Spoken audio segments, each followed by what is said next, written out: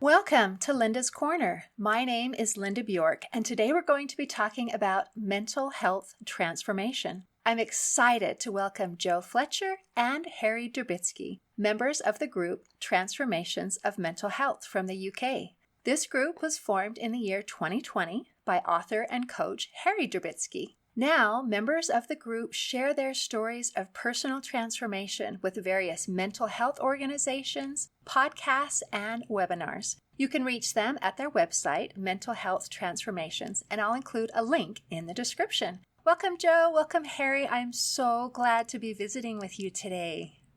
Yeah, great to be here. Well, let's see. Where should we start? We're so fortunate to be able to have both of you. So, Joe, a little bit about your story. I know you've dealt with chronic fatigue syndrome and isolation and anxiety and phobias and obsessive compulsive disorder and some Asperger's, and that's quite a load. Do you want to start with your story? Yeah, so I was sick as a child and missed a lot of school. And so I kind of spent a lot of time sleeping, and that caused a lot of mental health issues. And so I kind of went through the mental health system and was given various medications and told by doctors that I wouldn't get better and that there was something wrong with my brain. It was to do with my brain. And so I kind of lived life like that for most of my life. And then I discovered a book last year that talked about thought and how we create our reality through thought, and that we think it's the outside world creating our issues, whereas actually we interpret it from ourselves. And then that was where I discovered Sydney Banks and the Three Principles. And then I saw that when he mentioned that we actually all live within mental health, but we just don't realise that. It was kind of a massive shift for me. And then I kind of realised that actually we are beyond our physical selves and our diagnosis and our labels. There's this power within us that is within the whole universe. And some people will call it spiritual. And so that whatever happens, it's always there for us to access it. And we always fall back into that despite everything that happens. And then it's just the knowing that it's there. And I noticed you mentioned faith on yours podcast. And to me, faith is that knowing beyond the small intellectual mind to that feeling inside without any doubts or concepts, and knowing that actually you will always go back to that. And they call it mind, the intelligence, and it's a guide that's always guiding you back to it once you let go of that beliefs and concepts and ideas that you've created. And then it's just so much hope that gives you. And then from that, from the feeling, I suddenly came up with a webinar that Harry was hosting. And I joined that and asked a question. And from that, he invited me to the group. And then I came into this group and it was just kind of like, wow, it took my breath away how wise these people were. And seeing that actually, despite the suffering they'd gone through, they'd managed to find this inner wisdom that we all have. And they were accessing it, and the things they were talking about were just kind of shifting my whole perception of the world. And then I just saw that actually being grateful for being so lucky to discover this group and discover the people within it, and seeing that actually I don't have to suffer. I can still, despite what I'm told by medical health professionals, there is still that within me, the health always there, and the light and the beauty. And it's just that becomes masked by our kind of concepts or thoughts in our minds and the stories we build up. But knowing that actually we can see through that, and it's being grateful as well for every little bit we see and every little shift. And then as we shift more and more towards it, we can see more and more. And so, yeah, sometimes you go up and sometimes you go down, but even in the down moments, you know, it's still there behind it all. And that silence of who we truly are and the beauty, and it never leaves us. And so we've always got that to fall back on and know that actually when the mist clears again, it will be there again. And then that's what they call the true selves, that we will always go back to that true self because that's who we really are. And so knowing that actually everybody has that potential within them, despite what they've been told or despite their diagnosis or their beliefs. And then once they kind of feel that and know that actually they will go back to that, it can give people so much hope that actually when their hope's been taken away before, it doesn't need to be. And what I'm good at, Linda, is I'm good at recognizing that people have transcended mental health scenarios, but what they lack is they're carrying a past image of themselves, kind of like a loser image, and within that, I'm good at for each of the members to find their own voice, unique voice. So they're not there, even though I'm the lead coach, they're not there to follow me. In fact, the message is exactly the opposite. Don't follow me. Don't follow my words. You have the answers, Joe says, inside of you. And then when you see that connection to also how thought works, what happens is you step into who you are, which is, of course, what everybody wants to find out, who you are. And within that context, once you find out who you are, you just have to see that you have it. See, Joe had it, but he didn't really believe it. And then he started to share, and with a little bit of help here or there, I started to say, no, we don't need other people. The group is self-sufficient within itself. The vision we're bringing to the field of mental health is approaching it wrong. Here is proof of the right way to do it. Wow, that's fantastic. Okay, so I agree with the wonderful things that you've shared about how what we are and that power to heal is inside of us, and we have to bring it out. And the idea of the mental image and coming up with a new mental image. I have also lived through this and had my own personal transformation. So I'm totally on board. Some of our words and some of the descriptions might be a little bit different, but I would like, maybe Harry, could you explain to me, Joe mentioned there's some Sid Banks' book, the 3 principles. Can we walk through those 3 principles? So the reason the 3 principles are important is we see human beings, clever people have insight, and they go, and so they take the world a little bit higher, like Bill W. took the world a little bit higher in addiction, or other people keep moving. But when you have principles, they can't be divided anymore. And what they represent is the spiritual psychology, the trinity of psychology. Christ uncovered the trinity of religion, the Father, the Son, and the Holy Spirit. There's always 3. And Sidney Banks, William James in the 1890s, who's the father of psychology, said, I know there's principles that make psychology into a working science, but I don't know what they are. But I know there has to be them. And Sid, who had a grade 8 education, was a welder from Scotland, had an enlightenment experience. And like you saw something brand new eyes. But he went right through to the other side, and he saw that these 3 principles are the original psychology, and they connect the psychological and the spiritual world. You see, the present-day psychology is weak because they don't have what you have. Even though you may not understand some of the jargon and stuff that they're talking about, and maybe even but you have the more important part, the spiritual side. That's the part that's where the healing is. But the psychological side deals with thought, and because we're thinkers. And how we use thought, right use of thought, wrong use of thought. You know where the wrong use of thought goes. And it works exactly the same way with the right use of thought. So all Joe figured out was, I don't have to believe these past images of what life is telling me, what urges and what these depressions and stuff. It's coming from my thought.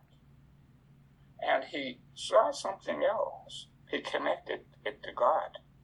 So that connection are the 3 principles.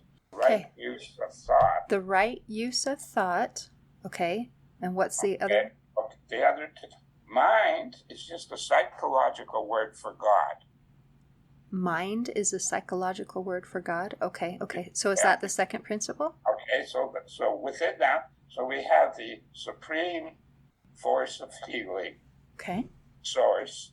And within that, the important thing is to connect to, it's in you. You're part of that. Okay. So you're part of the healing power of God, the love of God. You're part of that.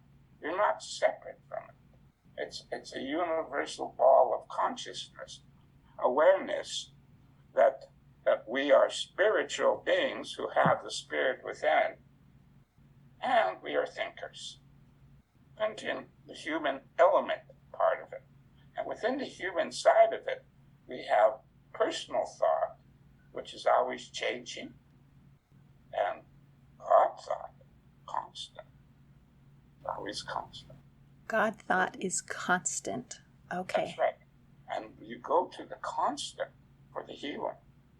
So that's all I point people towards, because that's what healed me. And I've never had a mental illness or stuff like Joe has and stuff like that. And I've never taken a psychology course.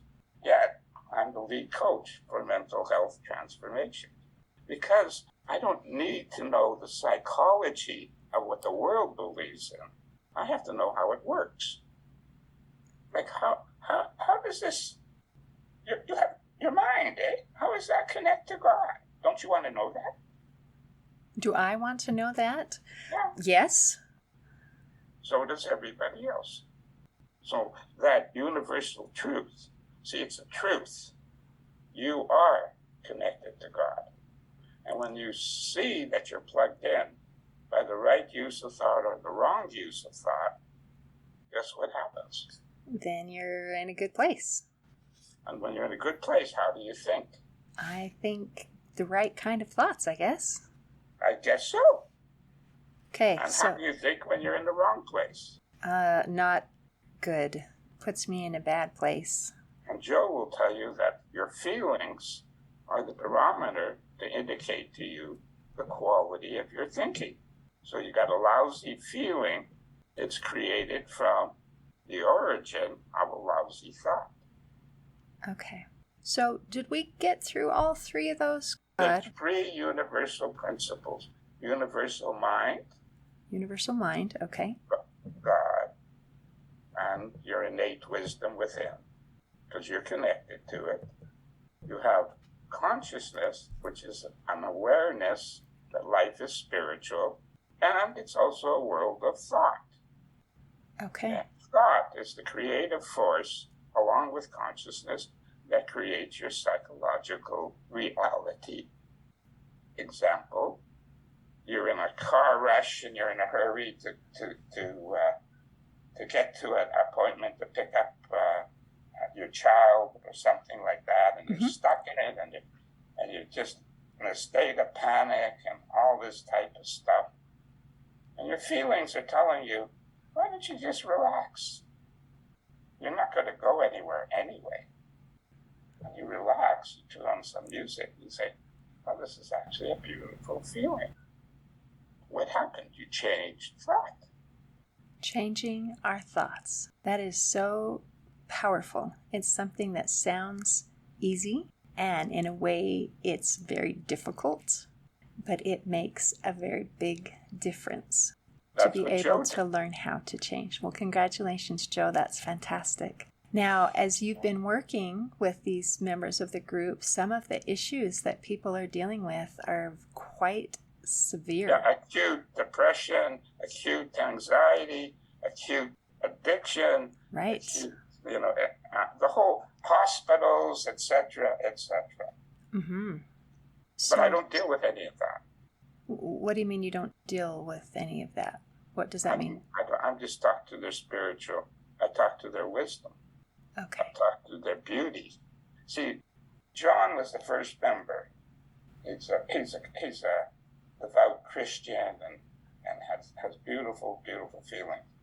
But he was nowhere until I said to him, you realize how beautiful you are? And he went like this. I'm not kidding. I shouldn't do the funny face, but I'm going to do it again. He went like this for 3 minutes. He couldn't accept that he was, and then all of a sudden a smile came on his face. Really? And he accepted that in a few minutes. Well, he had a realization. He's beautiful. That's lovely. That transformation is very important. When I was going through my transformation, I couldn't have done it in 3 minutes, even if I pulled a funny face. It took a long time to be able to convince my mind that those thoughts that were going through my head were not true. And it was a process. So do you go through a process, or do you just tell them the truth, and then if they have an awakening moment, then they're in? Well, yes, that's 100% correct. First of all, I'm a good judge of horse flesh. So okay. So I'm looking for people not only who've had transformation, but can soar into higher levels of consciousness. Like you can soar. Yes, I can. Yeah, I know you can. You know, there's feelings. And so that's the requirement. So Joe was the image of hyper, a lot of people had funny opinions of him, but I didn't pay any attention to that. I just saw that this guy had an insight and he could soar. And then we went where we went. It's not up to me where Joe goes. No, it's up to Joe where Joe goes. And up to you where you go. Very true. Yeah. So I don't want you to listen to me. I want you to listen to Linda. To the Fair truth enough. within you. And Joe said very clearly, right, Joe? Why don't you talk a little bit, Joe? Yes, Joe, I'd love to hear some more. So did Harry talk to you and tell you that you were wonderful and you believed him, or what helped? Or you said you started with the book. Did you read the book first? Yes, I did, yes. Okay. Yeah, and then I saw Sydney Banks' name mentioned in it, so I typed his name into YouTube, and that was when I was just saw, wow, how amazing it was and how it explained the whole human experience and how we get into the mud and create these problems, and that actually the key's within us. And so it kind of completely shifted me, because before I used to always be a negative person. I'd like speak to my mum and she'd say positive things, but I just wouldn't buy it, and I would just kind of say, yeah, it's just saying it. And it's when you kind of touch that inside of yourself and you see that actually it's not true what you made up. And it's when they say you hear beyond the words, so it's not an intellectual hearing or an intellectual understanding. It's when it goes past that and it touches that feeling, and then the feeling comes out within you, and the feeling's within yourself, and it awakens what's within you, already there in every human. But they use the metaphor of asleep, don't they, and awake. And it's like that, really. You're kind of drifting through the world, kind of almost in a daze, believing the outside to be all there is and the reality. And it's when you go inside and then you actually see that. When we say spiritual, it's kind of the unknown, is the thing that's behind everything, that's before what we see and perceive with the senses. And it's when we touch into that, and then it comes out as that beautiful feeling within us, and it's beyond what we conceive and conceptualize about it. And it's known with so much more than what we think we are, and so much more powerful. And we are one of the greater whole. And when you say God, it's kind of like God is everything, really, in form, every kind of thing in the universe, and that we're actually part of that, and we're one within the greater. Mm-hmm. And knowing that no one person is greater or lesser than another person, because we're all part of God, we're all part of the universe. And it's when you know that. So on the outside, we're different. Mm-hmm. You're a woman, I'm a man, mm-hmm. Joe and I are different, but inside, we're all the same. By all the same, you mean connected to that power all the same, right? Because my thoughts and my feelings and my experiences are still going to be very different from Joe's or yours. That's the human. That's the human.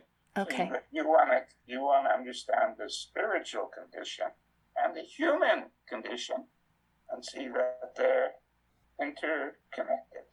Okay. And hopefully being in harmony, right? Well, if in harmony, then the indigenous teaching is in harmony.